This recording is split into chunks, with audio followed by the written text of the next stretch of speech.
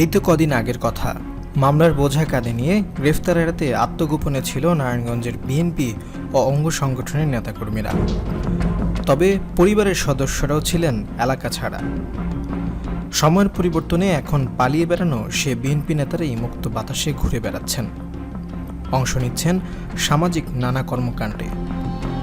বৈষম্য বিরোধী ছাত্র আন্দোলন যখন জনতার আন্দোলনের রূপ নিয়েছে, তখন আওয়ামী লীগ সরকারের পতনের জন্য সোচ্চার হওয়া বিএনপি নেতাকর্মীরা ঝাঁপিয়ে পড়েছিলেন রাজপথে। সাধারণ মানুষের ভাষায় স্বৈরাচারী সরকারের পতন ঘটেছে। এতে মুক্ত বাতাসে যেন প্রাণ ভরে শ্বাস নিচ্ছেন দলটির নেতাকর্মীরা। প্রবীণ ব্যক্তিরা বলছেন, যেই দলের নেতাকর্মীরা পুলিশের কারণে তটস্থ ছিলেন, সেই তারাই এখন পুলিশকে অভয় দিয়ে যাচ্ছেন। থানায় গিয়ে বড় কর্তাদের ফুল দিয়ে বরণ করছেন, পুলিশকে ন্যায়সঙ্গত কাজে সার্বিক সহযোগিতারও আশ্বাস দিয়ে যাচ্ছেন। এমনকি নিজ দলের নেতাকর্মীদেরও বিশেষ নির্দেশনা দিচ্ছেন শান্তি শৃঙ্খলা বজায় রাখতে। এদিকে দীর্ঘ প্রায় 16 বছর মামলা, গ্রেফতার এবং কারাবরণের মধ্য দিয়ে নাভিশ্বাস ওঠা বিএনপির নেতাকর্মীরা এখন নির্ভয়ে এলাকায় ঘুরে বেড়াচ্ছেন, সময় দিচ্ছেন পরিবারের সাথে, অংশ নিচ্ছেন সামাজিক কার্যক্রমে। এতে উৎফুল্ল হয়ে উঠছেন দলটির নেতাকর্মীরা। কেন্দ্রীয় বিএনপির ঢাকা বিভাগীয় কমিটির সহ সাংগঠনিক সম্পাদক নজরুল ইসলাম আজাদ দৈনিক সংবাদ চর্চাকে বলেন, স্বৈরাচারী হাসিনা সরকার বিএনপিকে দমন পীড়ন করে গেছে।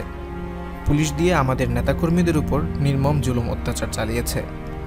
ওই স্বৈরাচারী সরকারের পতনের মধ্য দিয়ে শুধু বিএনপি নয়, বরং এদেশের আপামর জনতার মুক্তি হয়েছে।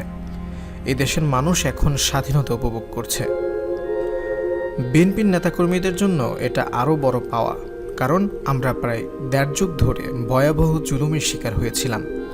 আমাদের নেতাকর্মীরা তাদের বাড়িতে ঘুমাতেও পারেনি, এখন নির্ভয়ে পরিবারকে সময় দিতে পারছে। এলাকায় সামাজিক কর্মকাণ্ডে সম্পৃক্ত হয়ে আরও বেশি জনসম্পৃক্ততা বাড়িয়ে যাচ্ছে। নির্ভয়ে দলীয় কর্মকাণ্ড পরিচালনার মতো গণতান্ত্রিক অধিকার পাচ্ছে। এটাই বড় পাওয়া আমাদের জন্য। এ বিষয়ে নারায়ণগঞ্জ জেলা বিএনপির সভাপতি ও সাবেক এমপি বীর মুক্তিযোদ্ধা গিয়াসউদ্দিন দৈনিক সংবাদ চর্চাকে বলেন, বিগত স্বৈরাচারী সরকার অবৈধভাবে ক্ষমতায় টিকে থাকতে রাষ্ট্রীয় বাহিনীকে অপব্যবহার করেছে।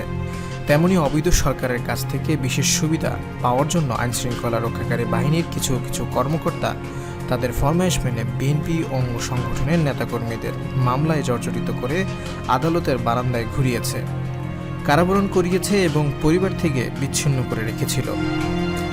এত কিছুর পরও বিএনপির নেতাকর্মীরা হাল ছাড়েনি, কারণ তারা ন্যায়ের পক্ষে ছিল এবং মানুষের মৌলিক অধিকারের জন্য নিঃস্বার্থে আন্দোলন করে গেছে।